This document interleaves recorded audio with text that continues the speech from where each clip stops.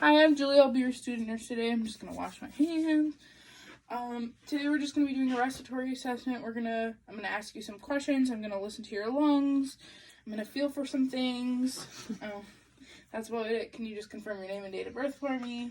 Erica Fiddler, 8/31/97. Perfect. So I'm just going to ask you a bunch of questions. Any history of COPD, asthma, anything like that? No. No. Do you smoke or vape at all? No. History of bronchitis, lung cancer? No. Any family history of those things? No. Good.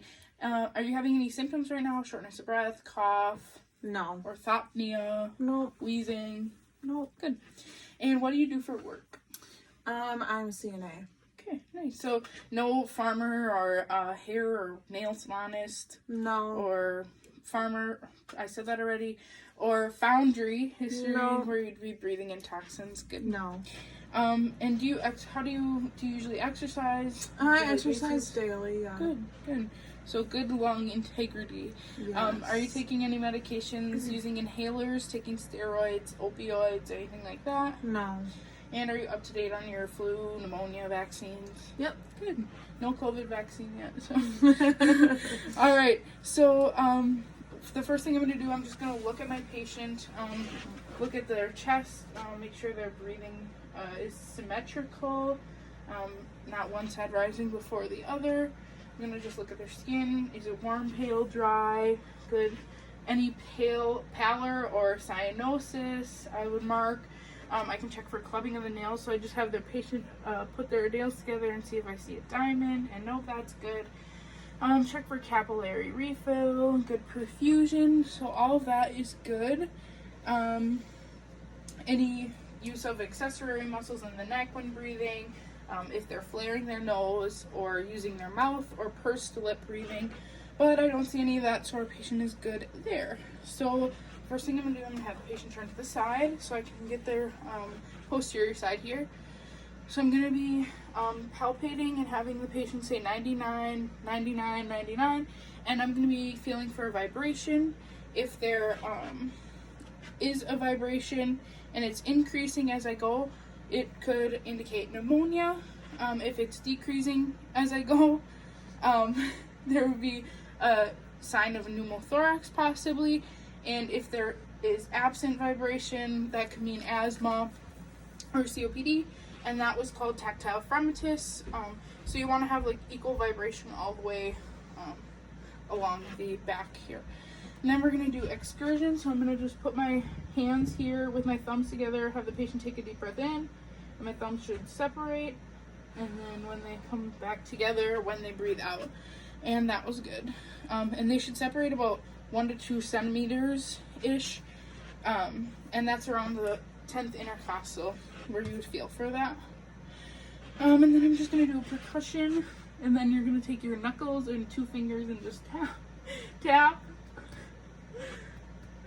Should sound hollow, like there's some air in there. And then you just do that, and then I'm going to do that on the front when the patient turns again. But you should feel for some resonance, so that's normal. Hyperresonance could indicate a pneumothorax of too much air. Any dullness could indicate fluid or pneumonia. And then if it was flat, it would be like tapping against a hard surface, and that could reckon a possible tumor on the lung. So the next thing I'm going to do is just auscultate, and I listen for a full breath in and out in all my spots, but I'm just going to speed up the process because demonstration purposes.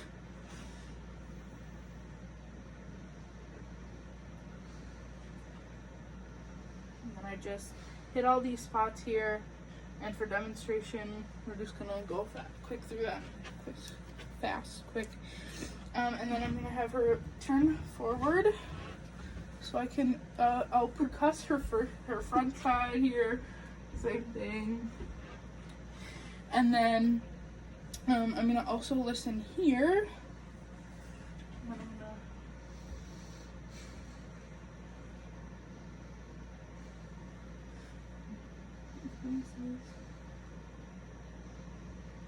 And I listen for a full breath, of course.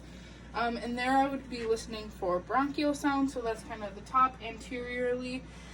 And those sounds are a little higher pitched, and you'll hear a short inspiration, long expiration. And then I would listen for bronchovesicular sounds, and that's heard in the same area, a little lower.